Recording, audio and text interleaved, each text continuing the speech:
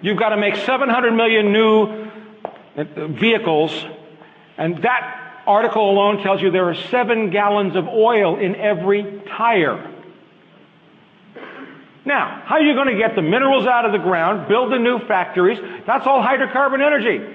You got to transport them, you got to melt them, you got to generate electricity, move them down, you got to make the paints out of oil, you got to wire the vehicles, that's the plastic, you got to... Do you understand that it's a no-win solution? Professor David Goodstein of the California Institute of Technology wrote a great book. Says very clearly it takes 30 years to change an energy infrastructure. 30 years? We haven't even dealt with the infrastructure issues. Some of the mainstream stories that have acknowledged peak oil, ABC News. This just came out from MIT just 2 days ago, 3 days ago. Major oil headlines in the last year. National Geographic, BBC, Interpress News Agency, Moscow Times, Jane's Defense Weekly, Jane's Intelligence Review, one of the most respected publications on the planet. Foreign Policy in Focus, ABC News, the Sunday Times, that's of London. The Economist, I use them a lot, BBC, US News, Asia Time, Foreign Affairs, Wall Street Journal, Washington Post, Associated Press, Radio Free Europe, that's the CIA, folks. The Korea Times, Knight Ridder newspaper, CNN, okay? It's coming out, all right? Peak oil is real. It cannot be denied. Although the mainstream media does a wonderful job of like mentioning it but saying, don't worry about it. We're handling it. That's what scares the shit out of me. They're handling it. This just came, there's a friend of mine, Adam Porter, who is a British guy, writes now for Al Jazeera. He used to be a big writer in England, and I wrote when he published a magazine there called Zero. And I wrote for him when he was there. Now he writes for Al Jazeera because he can get the truth out of Al Jazeera. The Al Jazeera English website's actually a damn good site.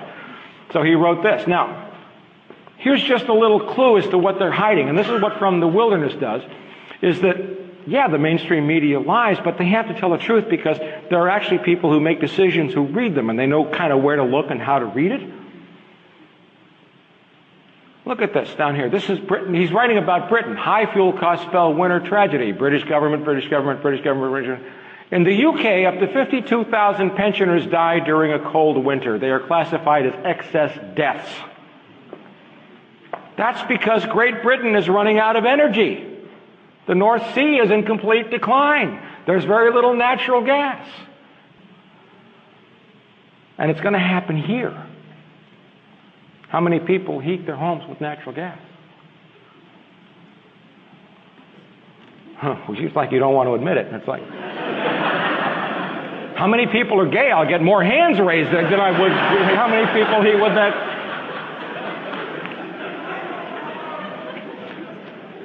Okay, how many people here think, oh no, I don't heat with natural gas, I heat with electricity, that's different. Hey, where do you think the electricity comes from?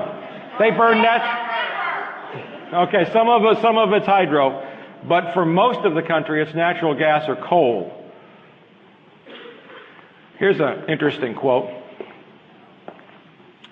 And this, ladies and gentlemen of the jury, is how I might present to you absolute proof that peak oil is real. Quote, if the actions rather than the words of the oil business's major players provide the best gauge of how they see the future, then ponder the following. Crude oil prices have doubled since 2001, but oil companies have increased their budgets for exploring new oil fields by only a small fraction. Likewise, U.S. refineries are working close to capacity, yet no new refinery has been constructed since 1976. And oil tankers are fully booked, but outdated ships are being decommissioned faster than new ones are being built. Is that logical? It is logical only if you understand that the oil companies know that there's no more oil to find and they'll never get a return on investment if they keep building new ships and new refineries that are never going to get paid for. Does that make sense?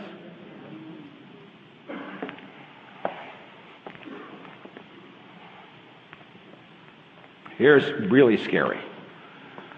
Acor.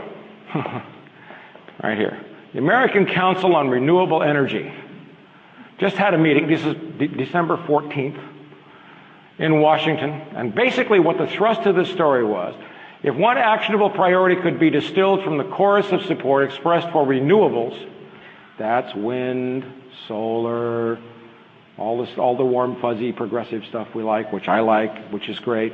Problems with it, we'll get there in a minute. Of the American Council on Renewable Energy, it's that the time has come to shift the nation's priorities from an era of research and development to one of major deployment. Now, wait a minute. I grew up and my father was doing work for Martin Marietta on the Titan 3C and other kind of super top secret projects. R&D was the big word. Deployment meant you put it in the field now.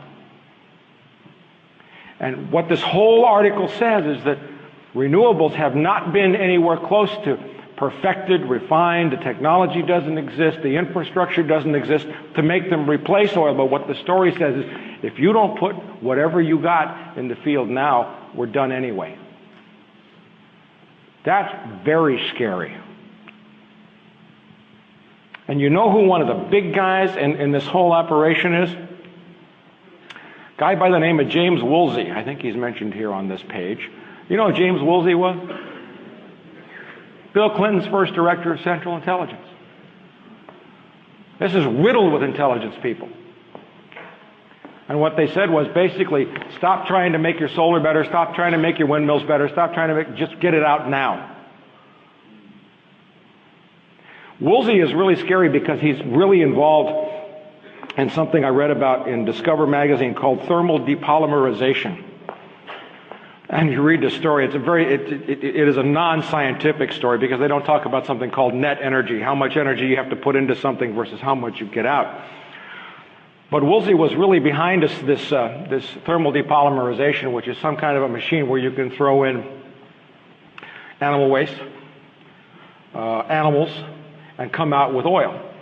And this article actually said in Discover magazine, which is Disney, that if you throw in a 175-pound man, you'll come out with 30 liters of high-quality oil. And James Woolsey is behind this. Soylent oil. I mean, give me a break.